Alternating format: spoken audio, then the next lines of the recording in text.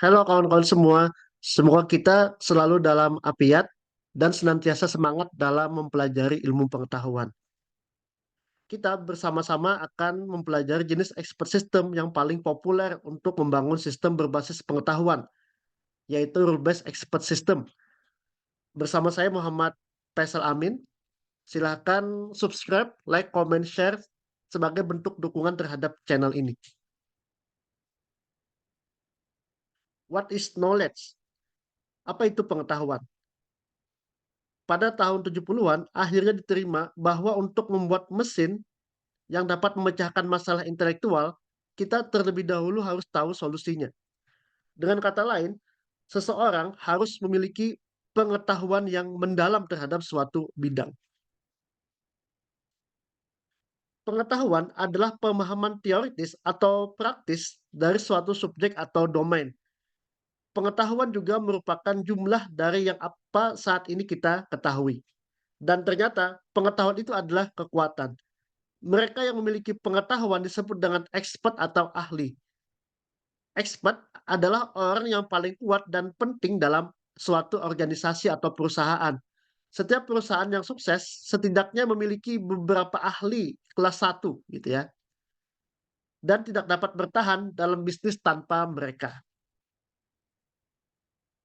Siapa yang dianggap sebagai expert atau ahli? Siapapun dapat dianggap sebagai pakar domain jika ia memiliki pengetahuan yang mendalam tentang fakta dan aturan dan pengalaman praktis yang kuat dalam domain tertentu.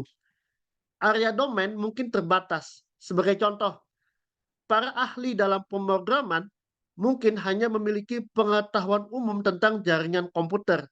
Bahkan, para ahli di bidang pemrograman back-end misalnya hanya mengetahui secara umum tentang perancangan user interface.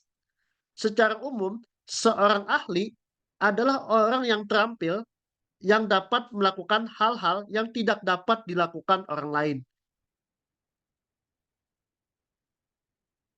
Bagaimana expert berpikir? Proses mental manusia itu bersifat internal dan terlalu rumit untuk direpresentasikan sebagai bentuk algoritma. Namun, sebagian besar ahli mampu mengekspresikan pengetahuan mereka dalam bentuk aturan untuk memecahkan masalah. Contoh sederhana, bayangkan kita bertemu dengan seorang anak. Anak itu ingin menyeberang jalan. Nah, kita akan membantunya. Kita sudah sering melakukan kegiatan menyeberang jalan, ya. Nah, kita akan mengajari anak tersebut bagaimana kita melakukan itu.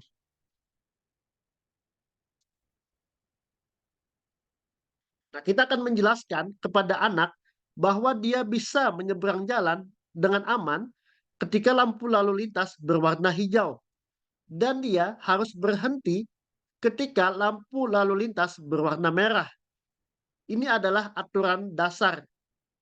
Pengetahuan tersebut ternyata dapat kita rumuskan dengan pernyataan sederhana berikut.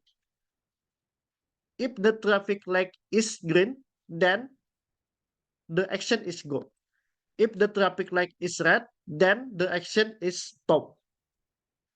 Pernyataan-pernyataan ini diwakili dalam bentuk if then. Biasanya dalam AI kita menyebutnya aturan produksi. Namun kita bisa menyingkatnya hanya dengan menyebutnya aturan atau rule.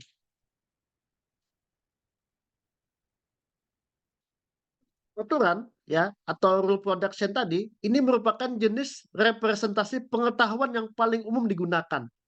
Dapat didefinisikan sebagai struktur if-then yang menghubungkan informasi atau fakta yang diberikan di bagian if dengan beberapa tindakan di bagian then. Jadi setelah if ya, ini disebut dengan fakta, aturan atau fakta. Sedangkan then ini adalah setelah then adalah tindakannya. Setelah if ini adalah fakta ya atau aturan, dan setelah dan adalah tindakannya.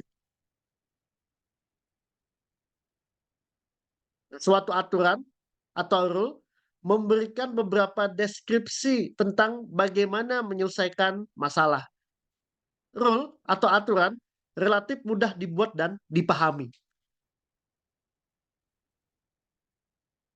Wish untuk membuat kita semakin mengerti tentang materi ini ya, silakan kawan-kawan jawab kuis ini.